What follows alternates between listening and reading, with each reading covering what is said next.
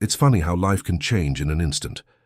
One moment you're living your life, doing your best to stay out of drama, and the next, you're thrust into a situation that challenges everything you thought you knew about family, loyalty, and love.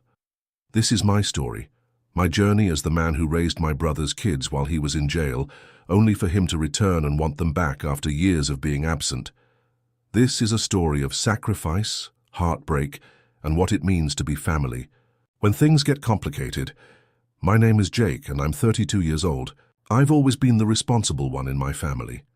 Growing up, I was the straight-laced kid who followed the rules, studied hard, and tried to make my parents proud. My brother James, on the other hand, always had a knack for getting into trouble. He was the one who'd find himself in the wrong place at the wrong time, but despite everything, I loved him. He was my brother, and I always believed that deep down he had the potential to turn things around. I just never realized how much that belief would be tested.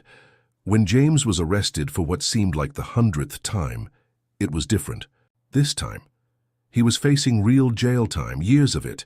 I knew he was in trouble, but this time it wasn't just about him. It was about his kids. Lily was 7 and Max was 4.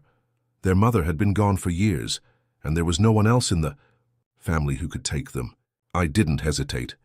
I made the decision to take them in. At first it was terrifying. I was 29, single, with no kids of my own. I had my own life, my own career to focus on. But when I looked into Lily and Max's eyes, I knew there was no choice. I couldn't let them grow up without stability, without a home. So I stepped up. I promised them that no matter what, I would be there for them. They didn't deserve to suffer because of their father's mistakes. Raising James's kids was nothing like I expected. It wasn't just about feeding them or making sure they had clean clothes. It was about learning how to be both a father figure and an emotional support system. I was learning everything on the fly. Sleepless nights, tantrums, school events I never thought I'd be attending. These were all part of the daily routine now. But they were my routine. I became the person who wiped away their tears when they were scared, the person who held their hands when they crossed the street, and the person they looked to when they needed love. It wasn't easy, but it was worth it. I remember the first time Lily called me Dad. It felt like the world had shifted. Max wasn't quite old enough to understand the weight of it, but Lily, at 7, had already formed a connection with me that I didn't expect. I could tell she needed me, and I needed her too. We were a team now, the 3 of us against the world. But of course, nothing in life is simple. While I was doing everything I could to create a stable home for Lily and Max, I was also trying to balance my own life. I had to put my career on hold, something that still stings sometimes. I lost touch with friends. I had no time for dating, but every moment I spent with them made me feel like I was doing something meaningful. I wasn't just keeping them safe. I was building a family with them. Years passed and everything seemed to be falling into place. Lily was excelling in school, Max was starting to show an interest in sports, and I was learning how to juggle work and fatherhood. I had become their father in every sense of the word. I was the one who helped them with homework, the one who was there for parent-teacher conferences, the one who made them feel loved. But then, out of nowhere, everything turned upside down. James was released from jail. I hadn't heard from him in months. I didn't even know he was getting out, so when he showed up at my door one afternoon, I was taken completely by surprise. At first I thought it was a visit to reconnect, maybe an apology or some kind of gesture to show he wanted to be part of their lives again. But what he said to me chilled me to the core. "I'm back, Jake, and I'm taking my kids." Just like that. He didn't even ask how the kids were doing or acknowledge everything I'd done for them. He just expected that, after years of being absent, he could waltz back in and take them away from me. My heart sank. I couldn't believe what I was hearing. I had been everything to those kids for the past 3 years.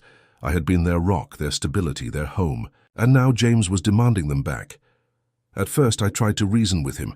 I told him how much they'd been through, how much I had done to raise them and protect them. I reminded him that he had abandoned them, and I was the one who had stepped up. But James didn't care. He was determined to regain custody, to reassert his rights as their father. He filed for full custody, and that's when things got really messy. I wasn't going to just let him waltz in and take my kids. They weren't just his kids anymore, they were mine too. So I fought back. I hired a lawyer, and we started preparing for court. The legal battle was long and exhausting. Every hearing, every meeting with the lawyers, every moment of doubt, it wore me down. But it wasn't just about the legal battle, it was about the kids. Lily and Max were caught in the middle of it all. They didn't know who to believe or what to feel. They had grown so attached to me, and now they were being asked to leave everything they knew and go with their father, a man they barely knew anymore. I could see the pain in their eyes. Lily started to withdraw, and Max started to call me Jake instead of Dad. That hurt more than anything. I didn't know how to explain to them that I wasn't giving up on them, that I was fighting for them with everything I had. As the court case dragged on, my family became divided. Some said I should just let James have a chance to prove himself. Others said I was being selfish and that I needed to step back and let the kids have their real father. But none of them understood what I had been through. None of them knew what it felt like to raise those kids, to become their parent in every way that mattered. It wasn't just about legal rights or who was better for them. It was about the love I had for them. It was about the bond we had created over the years. I had sacrificed my time, my career, and my personal life for them, and I couldn't just let go of them without a fight. Eventually the case was settled, but not in the way I had hoped. I didn't get full custody, but I did manage to maintain joint custody. James wasn't the perfect father, but he was trying, and for the kids that was enough. Looking back, I realized that I don't regret a single thing. Yes, it was hard, yes, it was painful, but the love I have for Lily and Max is stronger than anything else. I've raised them, and they are my children. No one can take that away from me. If you've ever had to fight for what you love, if you've ever had to sacrifice for family, then you know how I feel. I didn't expect my life to turn out this way, but I wouldn't change a thing. Because when it comes down to it, family is about love. And no matter what, I will always be there for them. Thank you for listening to my story. If you want to hear more real family drama stories, don't forget to like, subscribe, and hit the bell icon so you never miss an update. And tell me what you think. Should I have let James take the kids, or did I do the right thing by fighting for them? Leave a comment below and let's talk about it.